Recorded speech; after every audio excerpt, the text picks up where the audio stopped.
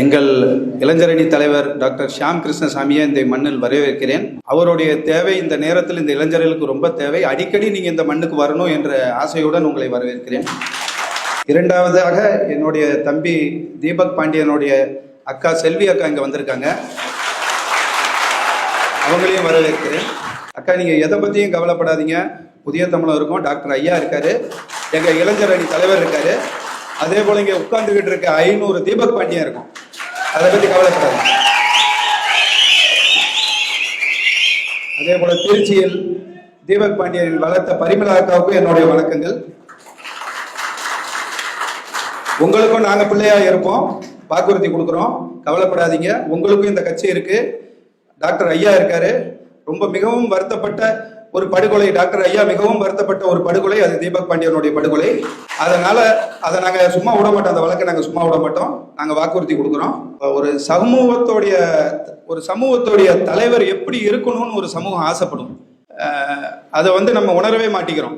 எப்படி வேணா இருக்கலாம் அப்படின்னு நம்ம நினைக்க மாட்டோம். ஒரு மாற்று சமூகத்துக்கிட்ட உன்னுடைய தலைவர் எப்படி இருக்கணும் அப்படின்னு ஆசைப்படும் போது நம்ம சொல்றதுக்கு எப்ப பெருமையா இருக்கும்னா, ஒரு தலைவர் பெருமையா இருக்காரு, அவர் ஒரு நேர்மையா இருக்காரு, அவர் நல்லா படிச்சிருக்காரு, ஒரு டாக்டருக்கு படிச்சிருக்காரு, அவர் செய்யற ஒவ்வொரு தொழிலும் சர்வீஸ் செக்டர்ல இருக்கு. அவர் ஒரு ஆஸ்பத்திரி நடத்துறாரு, எம்பவர்மெண்ட்டுக்காக IAS அகாடமி நடத்துறாரு, ஸ்கூல் நடத்துறாரு. இன்டர்நேஷனல் ஸ்டாண்டர்ட்ல எதெல்லாம் நம்மளுக்கு மறுக்கப்பட்டுச்சோ, கல்வி, மருத்துவம் எதெல்லாம் மறுக்கப்பட்டுச்சோ, இந்த சமூகத்துல ஒரு தலைவர் அதே ஒரு ப்ரொஃபஷனா வச்சிருக்காருன்னா, இதை மாதிரி தலைவர்களை வச்சுதான் நம்ம பெருமைப்படணும்.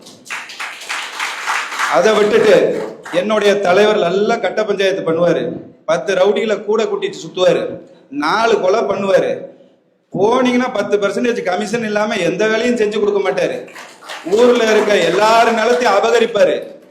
இப்படியெல்லாம் ஒரு தலைவரை நீங்க மாற்று சமூகத்திட்ட சொல்ல விரும்புவீங்களா, விரும்ப மாட்டீங்களா? அப்ப தலைவரை எப்படி தேர்ந்தெடுக்கணும்ன்றது ரொம்ப அவசியம். நம்ம இளைஞர்களுக்கும் சரி, மக்களுக்கும் சரி, அது ரொம்ப அவசியம்.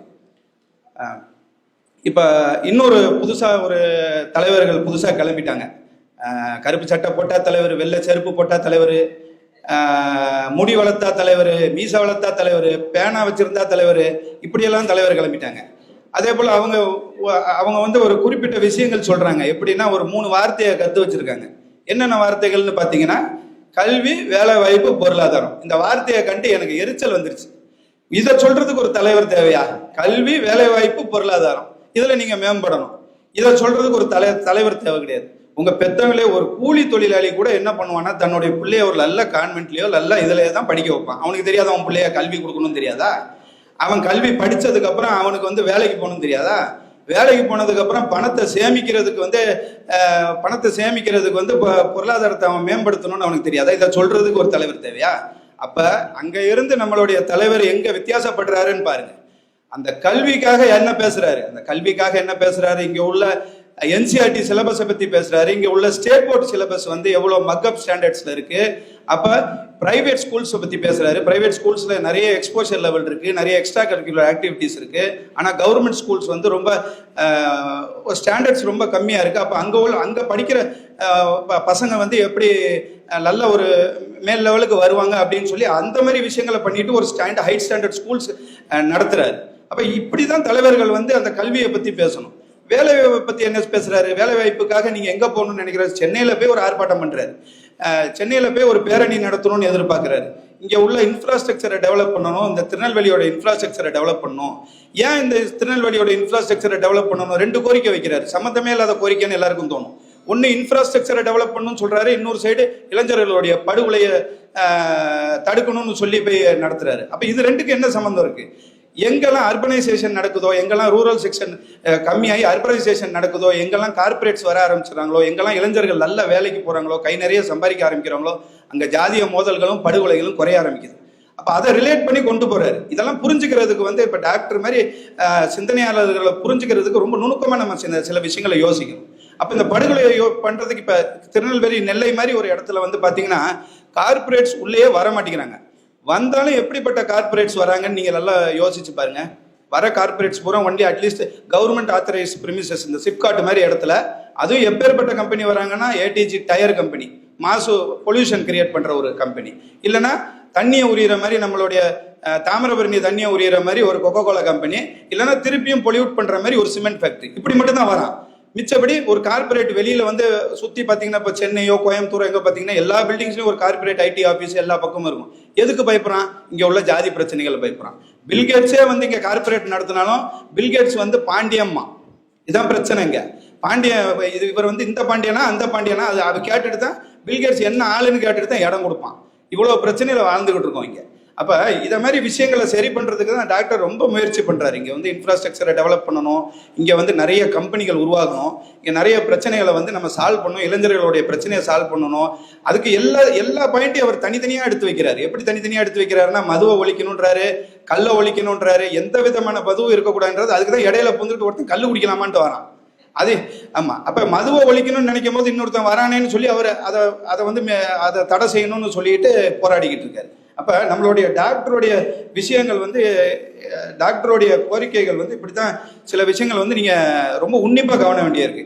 அதே போல இப்போ ஒரு குற்றச்சாட்டு சொல்லியிருக்காங்க. என்ன குற்றச்சாட்டு சொல்லியிருக்காங்கன்னா, தலைவர் வந்து ஜாதிவாரி கணக்கெடுப்பு வந்து எடுக்கக்கூடாதுன்னு சொல்லிட்டாரு.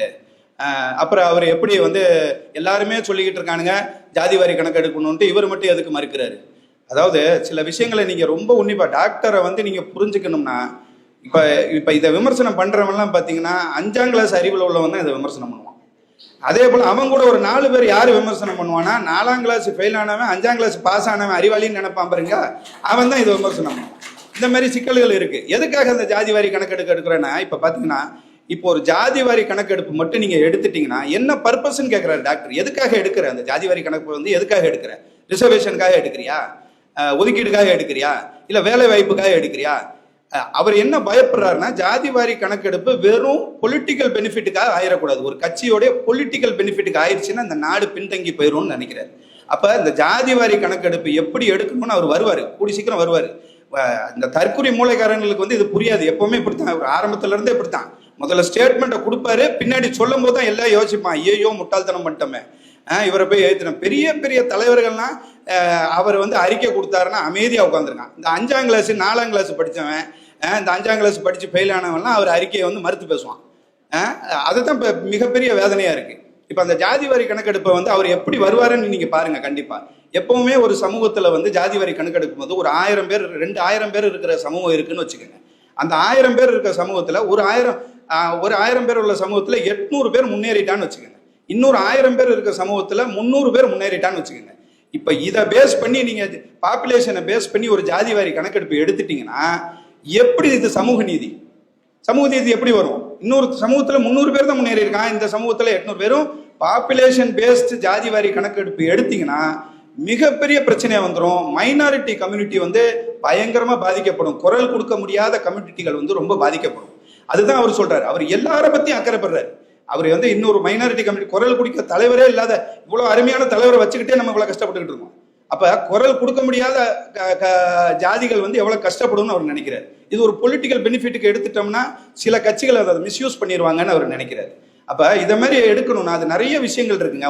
ஒரு ஜாதிவாரி கணக்கு எடுக்கும் போது அதுல நிறைய ஆஸ்பெக்ட்ஸ் கன்சிடர் பண்ணணும். வெறும் பாப்புலேஷன் பேஸ்ட் மட்டும் இல்லாம அதுல வந்து எத்தனை பேர் ஆண்டர்பிரினர்ஸ் ஆயிருக்கான் ஒரு சமூகத்துல, எத்தனை பேர் செகண்ட் டைம் டிகிரி ஹோல்டர்ஸ், எத்தனை பேர் வந்து அபவ் இது இன்கம் ரேட் வந்து அவனுடைய என்னது, அவனுடைய பெர் கேபிட்டா இன்கம் என்ன, இப்படின்னு நிறைய ஃபேக்டர்ஸ் இருக்கு.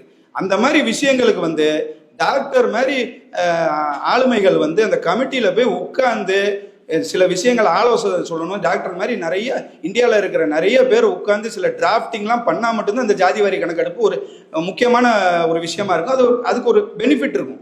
இல்லைன்னா இந்த மாதிரி ஜாதிவாரி கணக்கெடுப்பை எடுக்கிறதுல வந்து ஒரு பெரிய பயனே இருக்காது. அதனால சில விஷயங்கள் வந்து டாக்டர் சொல்லும் போது கொஞ்ச நாள் அது அமைதியா இருங்க, அதுக்கப்புறம் பேசுங்க. ஏன்னா நீ அவசரப்பட்டு பேசிட்டு நீ உலகமகா முட்டாள்னு வெளியில நிரூபிச்சிடாதீங்க. அதனால பொறுமையா இருங்க. அடுத்த டாக்டர் வருவார். எதுக்கு இந்திய தேசத்தை வந்து ஹிந்து மதமா ஹிந்து ரிலிஜியஸ் ஸ்டேட்டா மாற்றணும், அதுக்கும் வருவாரு. அதுக்கும் கொஞ்சம் அமைதியா இருங்க. அதே போல இந்த கல்லு போராட்டத்துக்கு வந்து நம்ம நாம் தமிழருக்கு வந்து நிறைய கேள்விகள் வந்து ரொம்ப பியூட்டிஃபுல்லான கேள்விகள்லாம் வச்சோம். அதுக்கு இன்னைக்கு வரைக்கும் அவங்க பதில் சொல்றேன். நம்மளை திட்டுறது மட்டும் தான் வச்சிருக்காங்களே தவிர இஸ்லாத்து வந்து கல்லை ஏத்துக்குமா, உணவு பொருள்னு ஏத்துக்குமா? இஸ்லாத்து உன்னுடைய கட்சியில இருக்க இஸ்லாத்து பெண்களும் ஆண்களும் இதை குடிப்பாங்களான்னு கேட்டோம். இது வரைக்கும் பதில் சொல்ல. புதுசா குடிக்கிறவங்களை எதுக்குடா நீ கூட்டிட்டு போற? புதுசா ஒரு லேடிஸ் குடிக்காம இருக்காங்க, பெண்களை கூட்டிட்டு போய் ஊத்தி வரையும். அதுவும் பாருங்க, அவன் பொண்டாட்டியை கூட்டு போன அடுத்தவன் பொண்டாட்டி தான் கூட்டு போய் ஊத்தி வரான். அப்ப அவன் எவ்வளவு பெரிய தெளிவா இருக்கான் பாருங்க. அவன் பிள்ளையும் கூட்டு போக மாட்டேங்கிறான், அடுத்தவன் பிள்ளைய தான் கூட்டு போறான். அப்ப அவன் வந்து இந்த நாடை நாசமாக்கணும்னு வச்சுட்டான். சீமான் போன்ற ஆள்கள் வந்து பேச்சாளரா இருந்துட்டு இந்த சமூகத்துக்கு பிரச்சனையே கிடையாது. ஆனா ஆட்சியாளரா நீங்க மாத்திட்டீங்கன்னு வச்சுக்கோங்க, அது மிகப்பெரிய பிரச்சனை ஆயிரும். அவனை பேச்சாளராகவே தான் வச்சுக்கணும், அவனை ஆட்சியாளராக ஒரு காலமும் மாத்திடக்கூடாது. அதே போல இந்த சீமானுக்கு வந்து இன்னொரு கேள்வியும் கேட்குறேன். அதாவது கல் வந்து இவ்வளோ பெரிய ஃபேக்டர்ஸ்ன்னு சொல்றாங்க, இவ்வளோ பெரிய நன்மையெல்லாம் கொடுக்குது, அதை இது பண்ணிடுது, ட்ரீட்மெண்ட் கொடுக்கலாம், அதை வச்சு கேன்சருக்கு ட்ரீட்மெண்ட் கொடுக்கும், என்னென்னமோ பேசுறானுங்க. இப்போ ஒரு ஆத்தரைஸ்டு லிக்கர், டாஸ்மாக் மாதிரி ஒரு ஆத்தரைஸ்டு லிக்கர் சப்ளைல இவ்வளோ பிளாக் மணி பொருளுது. நம்ம தான் 1 லட்சம் ரூபா 1 லட்சம் கோடி ஊழல் நடக்குதுன்னு சொல்லி நம்ம தான் போய் கவர்னர்கிட்ட கொடுக்குறோம். தலைவர் தான் கொடுக்குறாரு, இளைஞரணி தலைவரும் சேர்ந்து போய் கொடுக்குறாரு.